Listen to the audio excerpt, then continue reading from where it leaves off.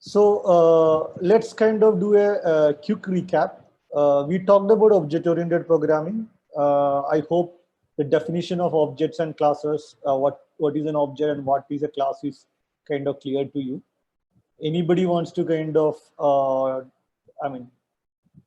define that once again? What is your understanding? I'm not looking for a textbook definition, but what do you understand about an object and a classes? So class is like the blueprint, and then the object is like the component of those of the blueprint. Okay, so you can use the blueprint to create any number of objects. And what do you think object will have, which kind of distinguish? So for example, we created a student class, and with that student class, we created multiple objects, right? Student 1, student 2, student 3. So what differentiates the student 1 from student 2, or student 2 from student 2 to student 3?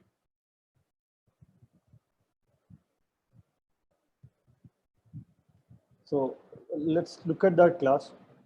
So here we have here we have created one object, right, from the class high school student. Let's create another class.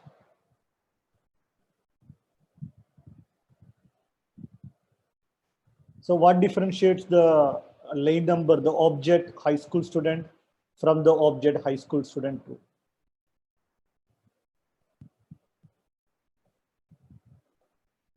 Both are from the same class, right? So what is different in high school student 2? So their values are different. Correct. So it's called state, right? The state is going to be different. So when for each class, when you associate a state or a value to it, it becomes different objects. For one object, the state is the name Manoj and the roll number 1. For the other student, the name is Ram and the value is 2. Roll number is 2. So once you create an object, will we be able to change the state of the object? So after I create high school student, will I be able to change the state of high school student from, let's say, Manoj to, let's say, Karthikeyan?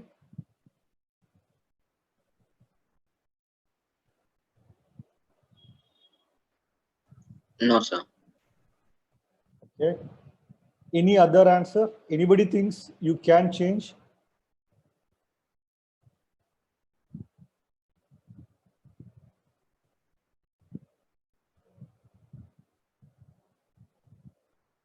So everybody is voting for no.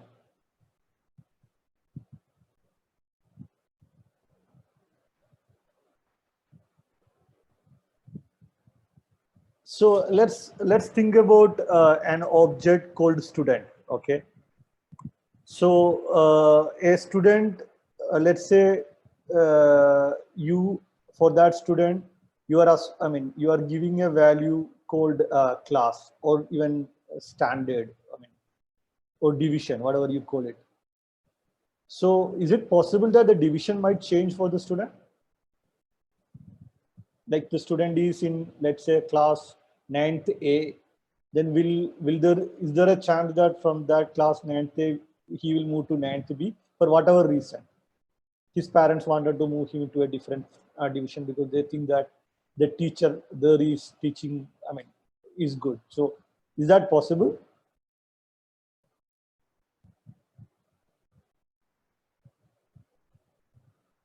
I'm getting a very silent team.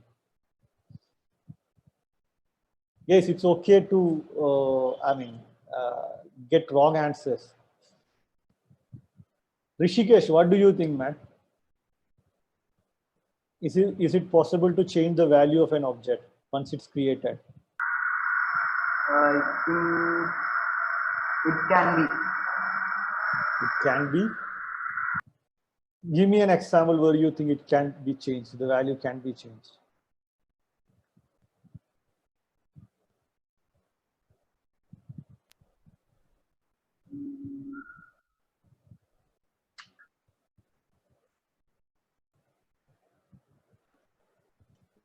So what if we create a variable and then we could change it while we run the class? Yeah, so so for example, the variable, for example, here the value Manoj will be stored in a variable, right? It's stored in a variable called name, right? So Yes, during sir. the execution, can I change the name?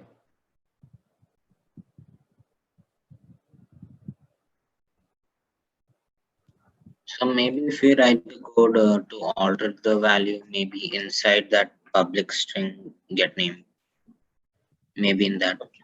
Yeah. So this is a very important concept. Okay. So ideally, we don't want to change this into public, because that's basically making that you are exposing this class where others will be able to come and change it. But let's assume that I wanted to change the name or roll number. I can always have another method called one getter method.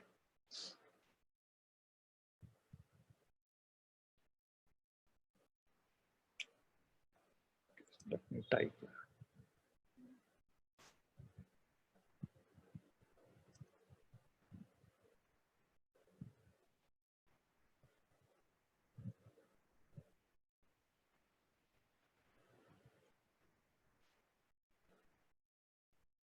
And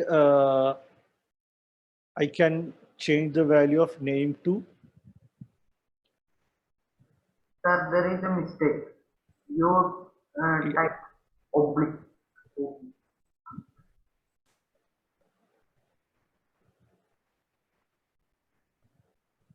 My computer is going crazy today. Okay. So now let's say I added this method. I can come back here, and in my program, I can change the name of high school student to set change name into Raju. Sorry, I kind of like that, keep using that name. Now, if I print that name again, his name will be changed to Raju, right?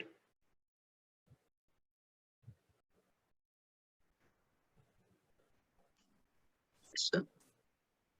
So, and here is the second important thing. Okay, so in object-oriented programming, it is not what the Java decides, or as a programmer, you have to make that call. And that's why we are talking about encapsulation. We are hiding the data inside the class by private.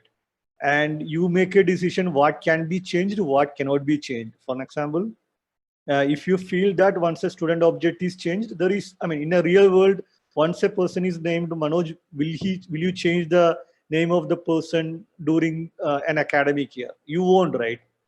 So then I mean, the programmer will not allow that method there. So by that, he enforces that when a student name is first assigned, then nobody can change that student name, right? So if I remove that set method from here, then once this object is created, nobody can change the name, because there is no other way you can change the name of this class, correct? This become like, so what happens is that in that scenario, the name becomes a value which cannot be changed once an object is created.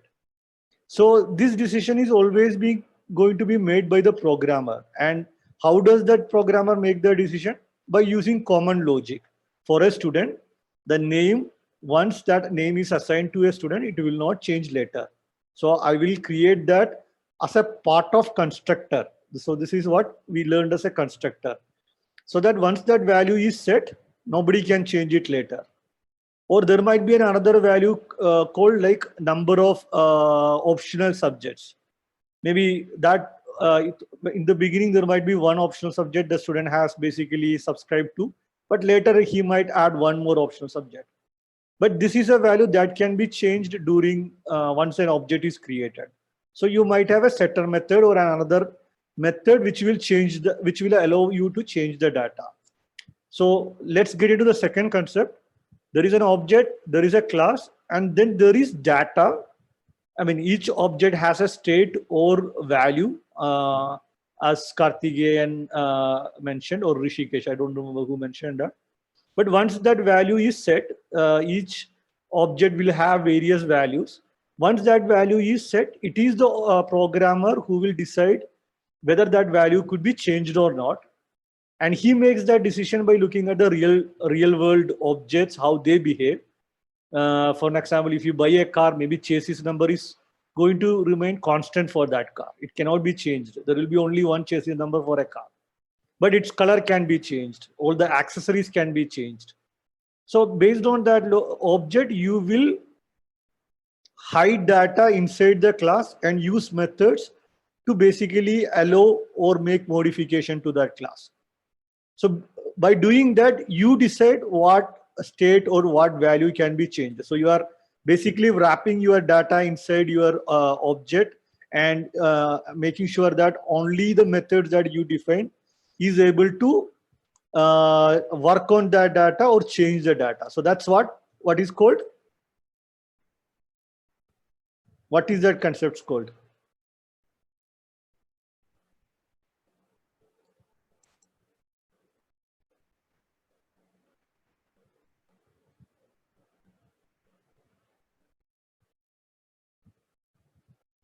No guesses?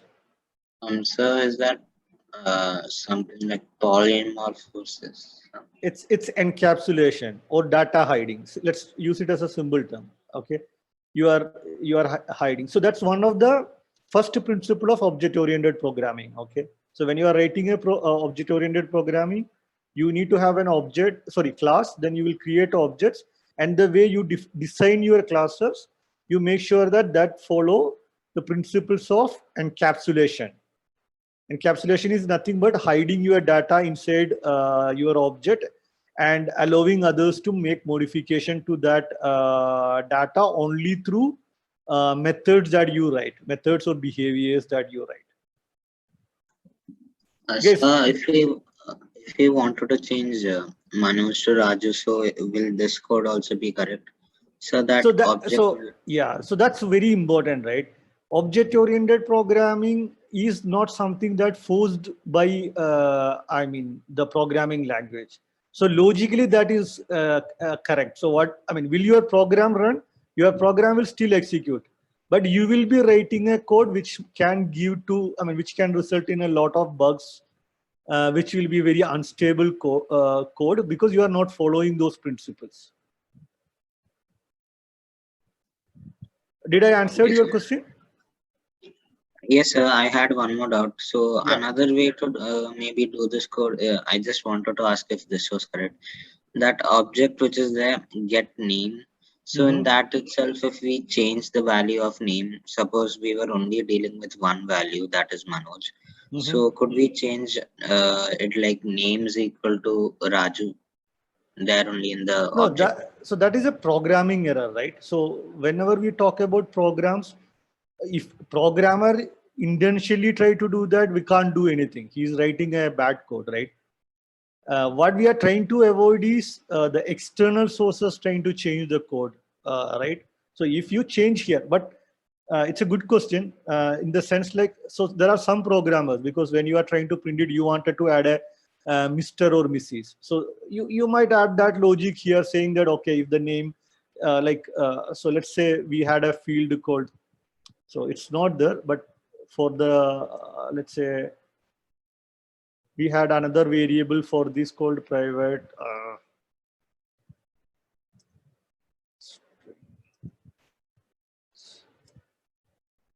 I'm just giving a default value so that and you might add a logic here if sex equals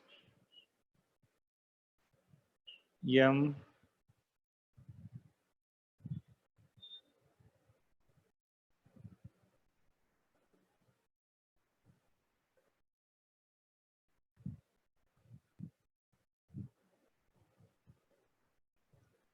See, these things are doable because you are trying to build a program which works elegantly, right?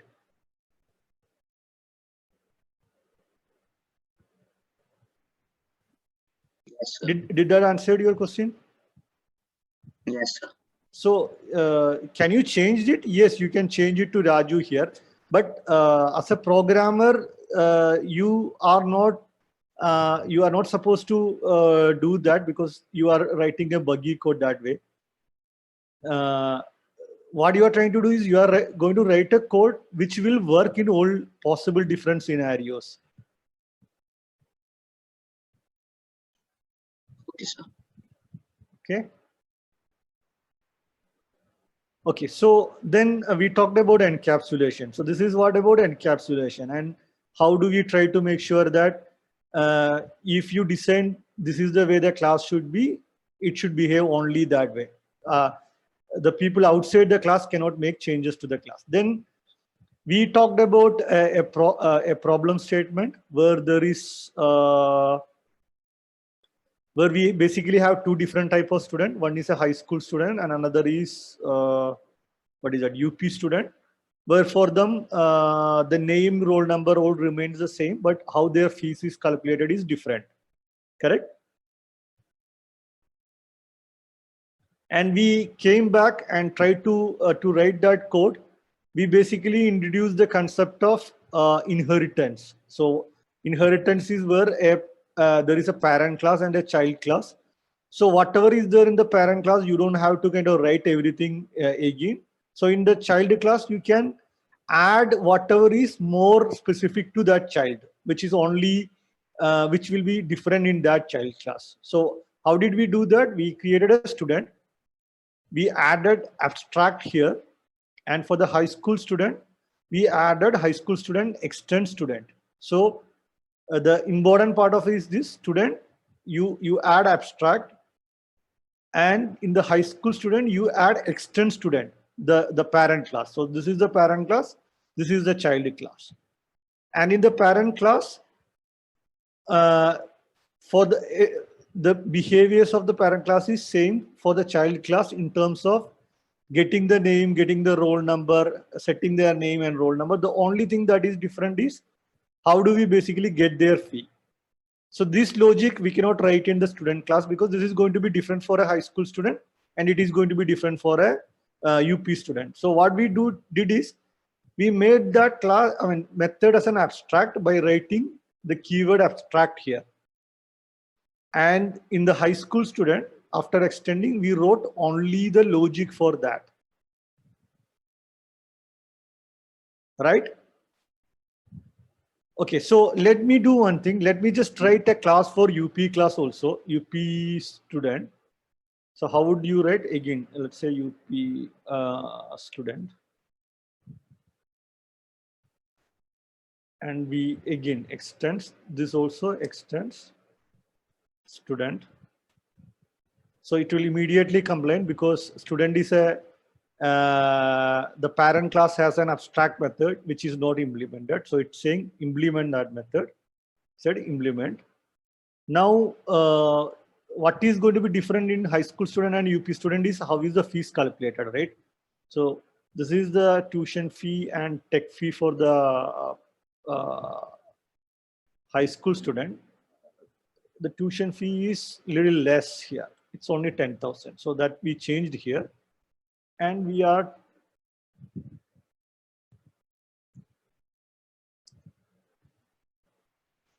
okay.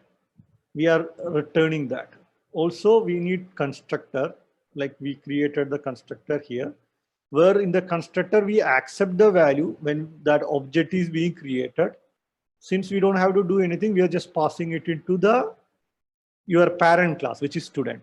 So UP student, right? Now, if you look at these two classes, UP student has the information about the name, roll number, which is going to be the same across all classes. We can add a nursery student, we can add anything, but everybody would have a name and roll number, which we have kept it at the parent class. And the behavior which is going to be different, like calculating the fee, that we have created as an abstract method in class student. And in the child classes, there are two child classes, right? High school student, we calculated it differently. The value, the logic is same, but the value we did it is different. And in UP student also, it is calculated differently. Now let's come to our school management system. Okay. Now there are two things. Okay. So this is there is a UP student. I will define it as a UP student.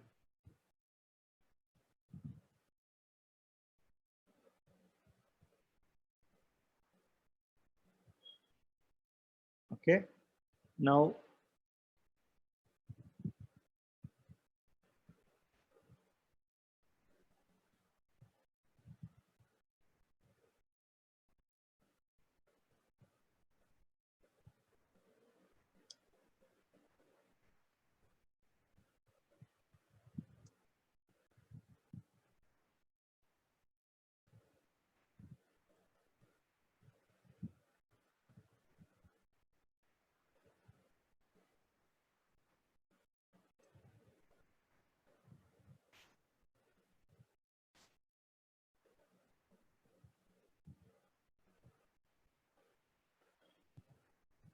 let's run this.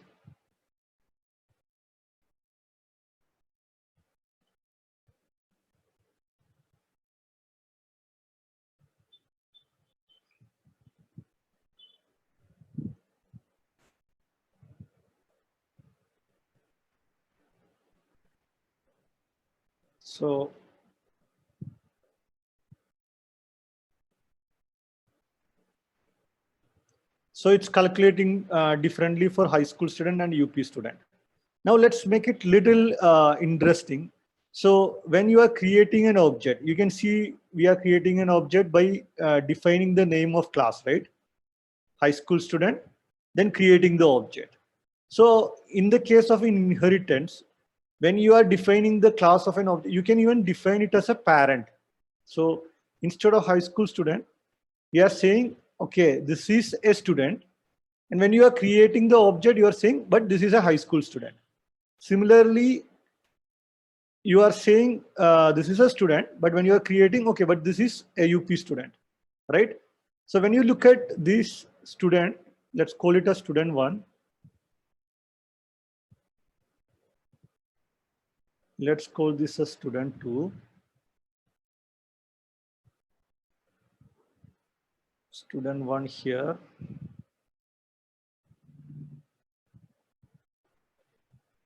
Right? Now let's do one more thing, just so that we will understand it better. We'll think that this is a method which will print all the student fee detail and print a challan and give it to you. Since we don't have the time to write the entire logic for that, we'll just say when did a system.out and println, that will create the challan.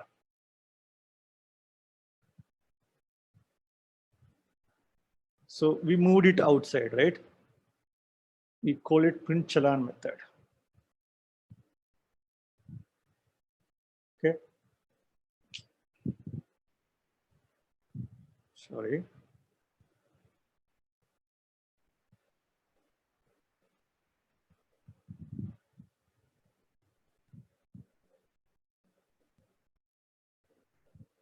Challan or receipt, whatever it is. Okay. So just think that you can write the logic for sending create a string where you would put the name of the school, you would put the roll number of the student, and then add all the values and print a beautiful challan. But we are not doing it. We are just saying that will be done. And okay, now, okay, so I made one mistake. I'm just going to remove this and just calling it a student 1. Okay.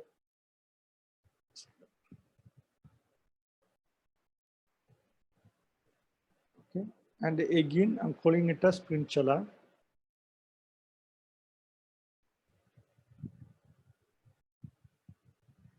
Okay, let's run this.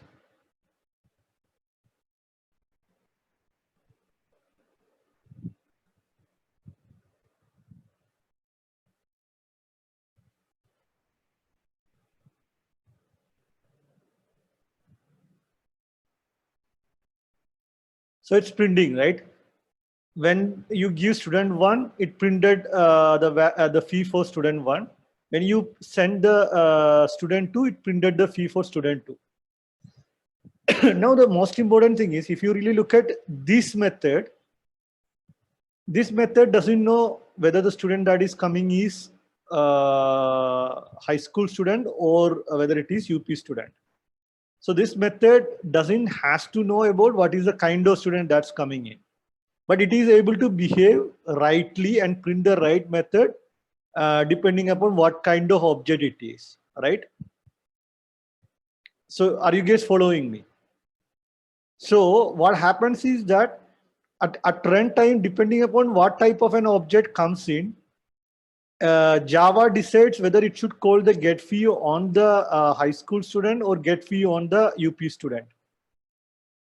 So the behavior which needs to be executed will be determined during the program execution depending upon what type of object it is. So this concept is called as polymorphism. So it takes different forms depending upon what is the actual object created. Even though we basically are using the parent object type. Now, why this is important? So once you write a program, this program, even if I created a nursery school student, this program doesn't need to change, right? This program will remain the same. If I can give a nursery school student also, this will work fine without no change in the code. So Java has, or every object-oriented programming has this capability, where depending upon what is the actual object which is there, it can decide which method needs to be executed. That method should be there in both. So it takes different forms and execute appropriately at the runtime.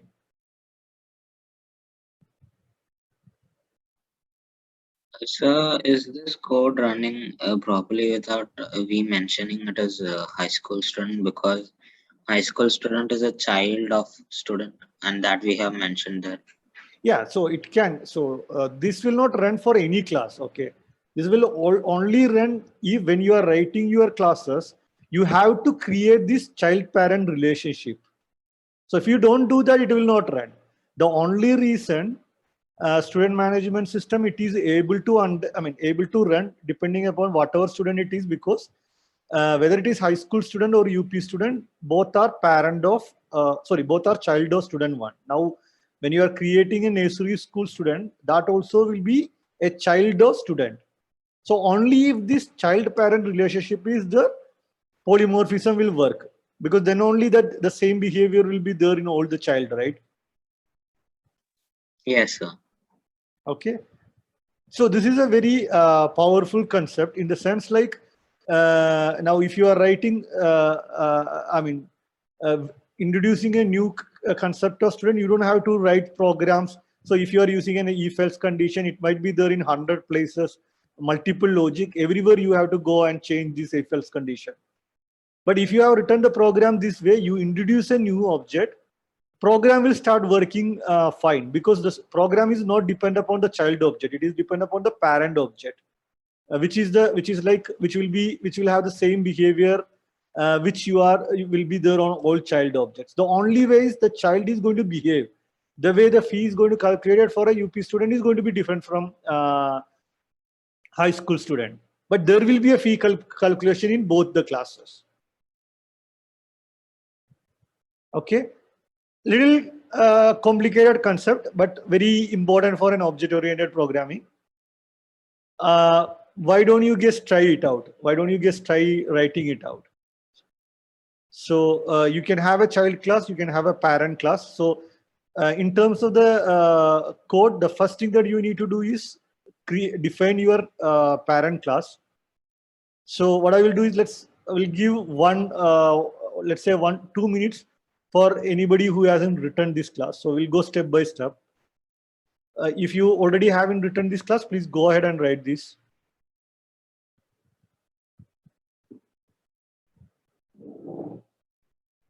Hello. So, can you switch to the UPS class? Okay. Okay.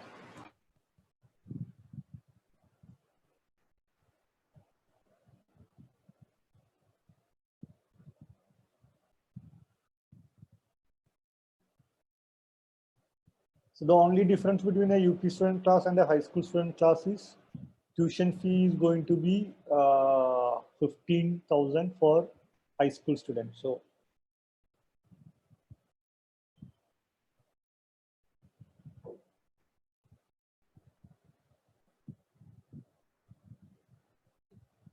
okay, can I move on to the presentation? Let's quickly understand what we have seen so far. We try to develop a program. There is a parent and child class. So parent and child class basically help you to leverage something called as an inheritance in Java. So inheritance, in our case, we had a student class and we had a high school student class, which was a child, and student class was the parent.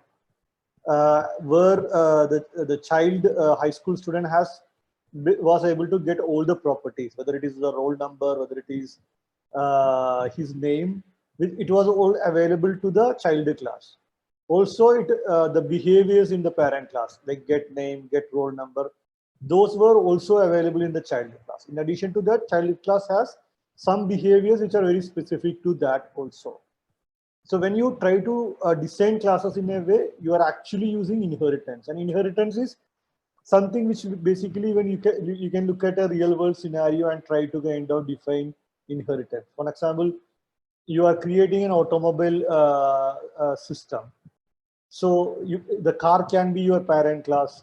Then each brand can be like Volkswagen can be one child class.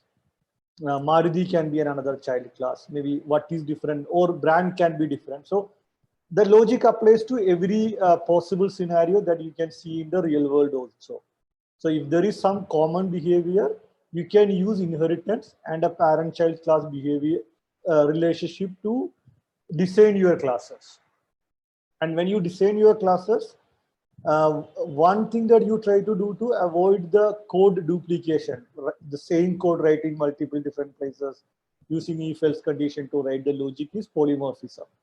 Polymorphism, what happens is that depending upon what is the type of object it is, what is the concrete type of object it is, the Java calls the write method. Even though you have a reference to a class called student, if the student in that class, if that is basically made up of a high school student object, the respective method will be called in that high school student. But if it is a UP student, the respective method in that UP student will be called to calculate the fee. So it is taking different form depending upon the scenario or what is the actual type of that object it is. So why we are using it? For example, when you are writing a program to print a challan or for any other purpose which doesn't need to know what kind of a student that it is, you don't have to keep changing the code every time a new student type comes into the picture, right? Otherwise, we have to start adding if the student type is this, then print challan. If the student type is this, then this way you print challan. So all that can be eliminated and your code will look more elegant, good, scalable. All the properties that you might learn or you would learn in the future about the advantage of the object-oriented programming, you will get all the benefit. But at the same time, object-oriented programming is not something that you learn when you learn the syntax of a Java code. Writing Java is different. Understanding the concept of object-oriented programming and using it when you write the program is different. So polymorphism is one such aspect. In polymorphism also, there are two different type of polymorphism. One is called method overriding and another is called method overloading. What we saw was like method overloading, where depending upon the type of an object, it takes up different, the execution goes into different child classes. So what type of object it is, it will decide whether I need to call the get fee of child class A or get fee of the child class B. The other is something called as a method overriding. And we have one another thing called as interfaces. So we will try to understand about interfaces and method overriding together by writing another piece of a code. Now again, when you are writing program in Java, or for that purpose, any scenario, you wanted to write minimal code which will work in all possible scenarios. So sometimes what happens is, let's take the example of a calculator. Okay, so you are a calculator company and you wanted to kind of write the code for calculator, uh, and it could be like a simple addition.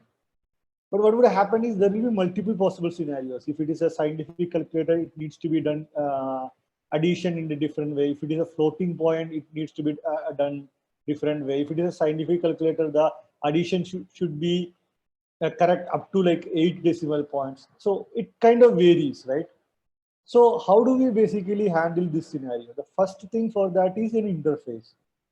In interface, if you are somebody who is trying to do that, you will first define an interface. Let's say we call it as iCalculator. Okay. So interface will not have any logic or behavior returned there. The reason why we have an interface is we are telling anybody who uses this interface should have this method there. So for example, what we need, public. Again, it should be abstract, let's say add.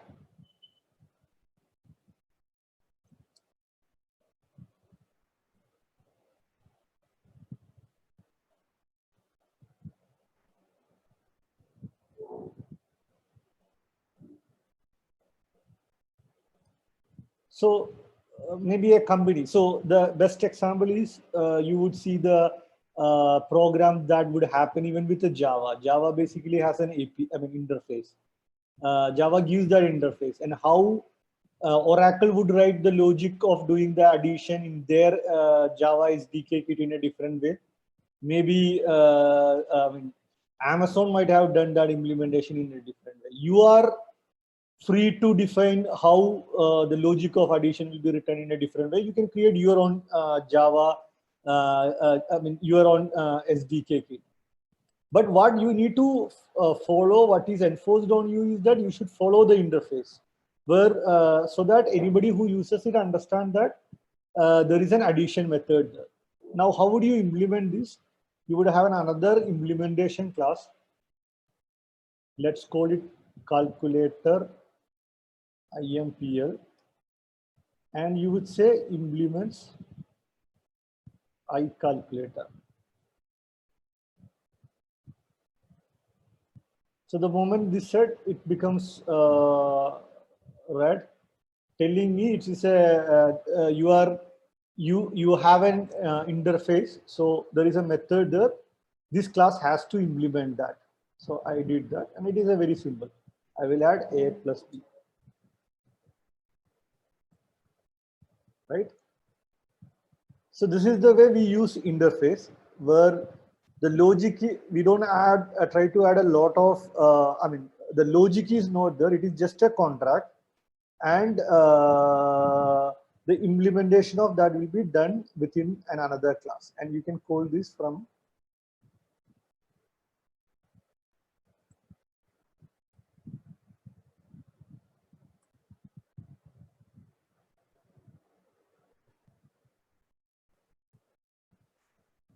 for interface also. You can create object by first giving the interface name is equal to new calculator implementation. So this is the object type.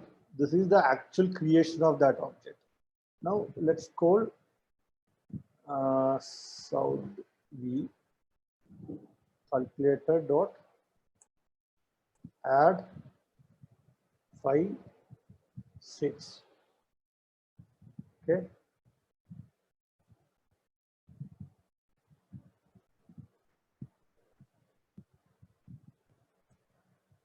If I run this,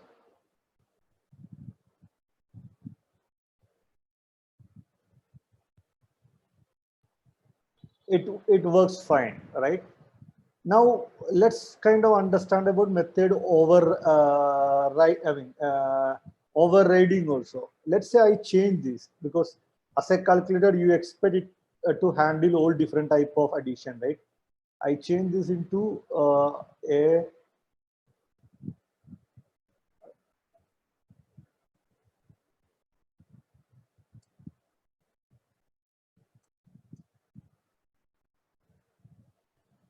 okay, let's say 4.5.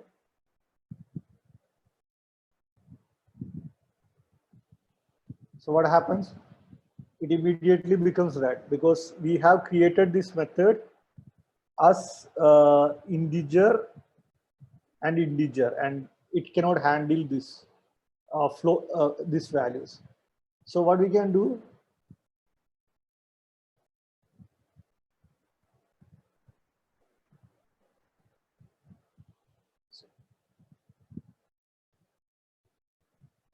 I can have another method.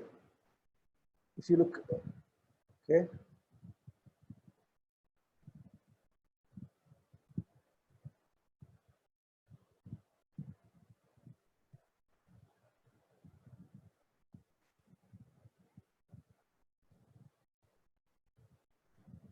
and I have another implementation for that.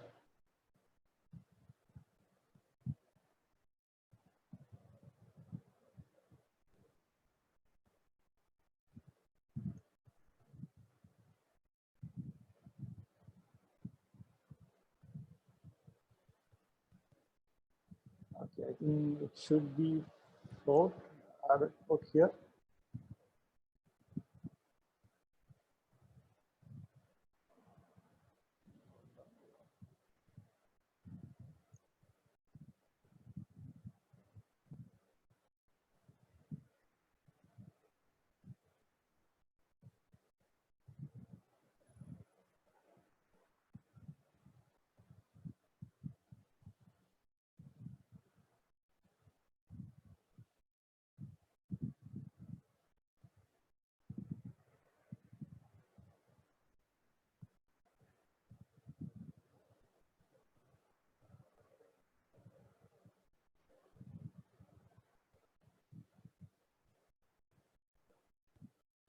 Okay.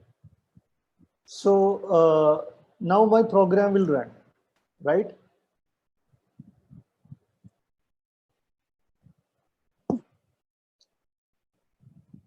So what is the difference between these two? I mean, from the person who is using the calculator, he is using the same method only, right?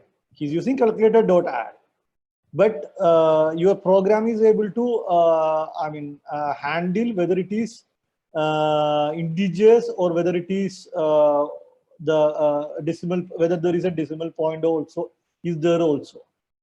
The way you are handling it is by having two implementation of the same method with different variables. And Java at the runtime, depending upon what is the values that you are giving into the method, decide which method it needs to run, whether I need to run this method or whether I need to run this method. So in this case, this is also another type of polymorphism, where it is basically deciding on which method it needs to run at runtime.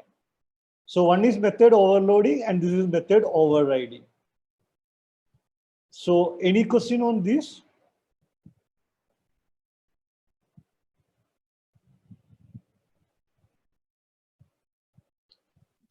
Sir, can you show that I calculated the code? Okay. So yeah, now let's kind of write this code. So this is the interface. So when you are writing this an interface, you will first write an interface. So before you start writing code, let me just show you one another thing also, because that might. So even if you go to Google and say Java JDK, let's say collection. So collection is a package where a lot of Java classes are there. Now, if you go to this documentation, you would see the top is a interface, right? The collection, the top level is an interface. And in interface, the Java first defined that, okay, I need this method, I need this method, I need this method, I need this method. But if you, if you are interested, you go and try to look at this interface, you will not see any logic how it is being implemented. So in this documentation itself, it will say that the classes which he has implemented this interface, like an abstract list class.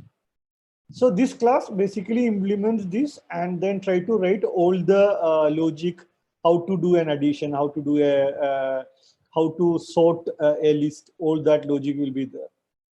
So as a company, Java can define what all functionalities should be there, and each person, whether we also can kind of basically come up with the implementation so that everybody using this code, everything will work uniform. Whether I'm using Oracle Java SDK or you are using Amazon Java SDK, all will behave in the same way. But the way actually they have written the program to do something might be different. Okay, so this is our interface. So you can first write this class.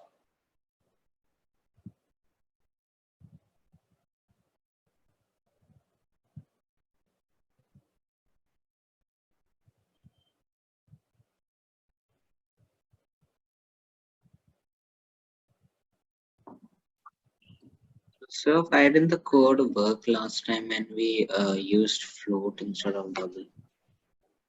I exactly don't remember, but there is, I think, something wrong in the way I have given this number.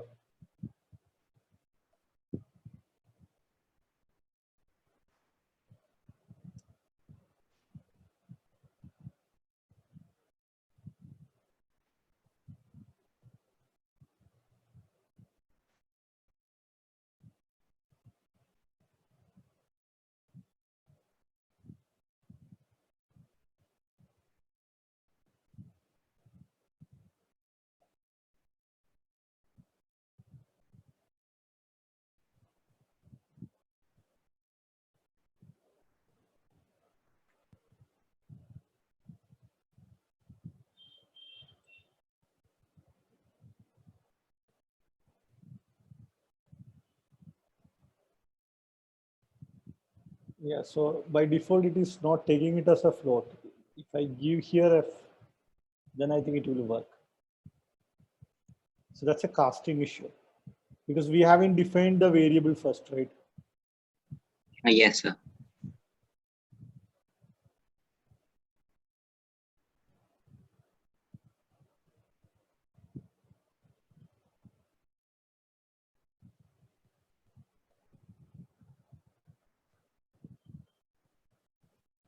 Sir, can you go to the calculator implement? Yeah.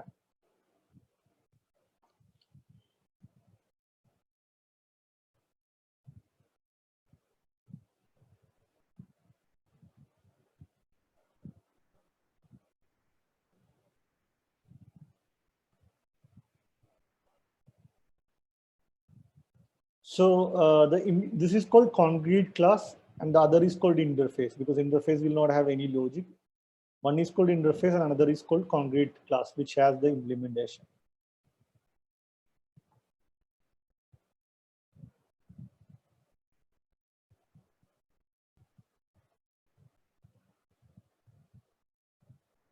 Should I move to test calculator? Yes, sir.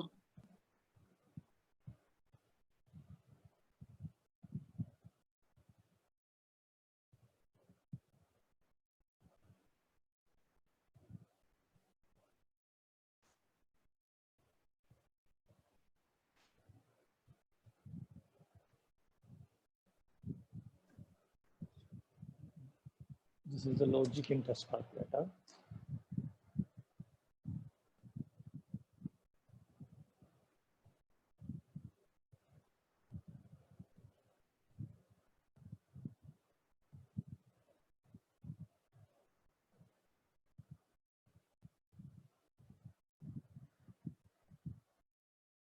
So let me quickly go back to the presentation. If you basically wanted this code available, you can just DM me. What I will do is will be available for a little bit more time, so you can kind of finish the code. So just wanted to finish the concept about the interface. So In interface, we are just mentioning a behavior that class must implement. It is like a contract, but interface will not have any logic or any code. It cannot have any methods. It can have constants, values. So that's about the interface. Now, the last couple of sessions we have gone through like multiple different concepts. Now from the next session onwards, it's going to be really interesting. So it's going to be more coding by you. So far I've been talking and you have been listening. Now you will be doing coding, and if you have any questions or you are basically getting into a situation where you are not able to solve it, you can reach out to me. So the way we plan to have the next session is like 5 challenges. So we'll start with a very small thing. Could be even setting up your IDE in your system, then a small problem statement. So as each of you complete each stage, I will share with you the next problem that needs to be solved. You can look at Google, you can look at, but once you get an output, you can let me know. That's the way we will handle the next couple of sessions. So it's going to be more coding from you, and we will start from the beginning. The problems will be very simple to start with, and we'll try to increase the complexity in the next couple of sessions.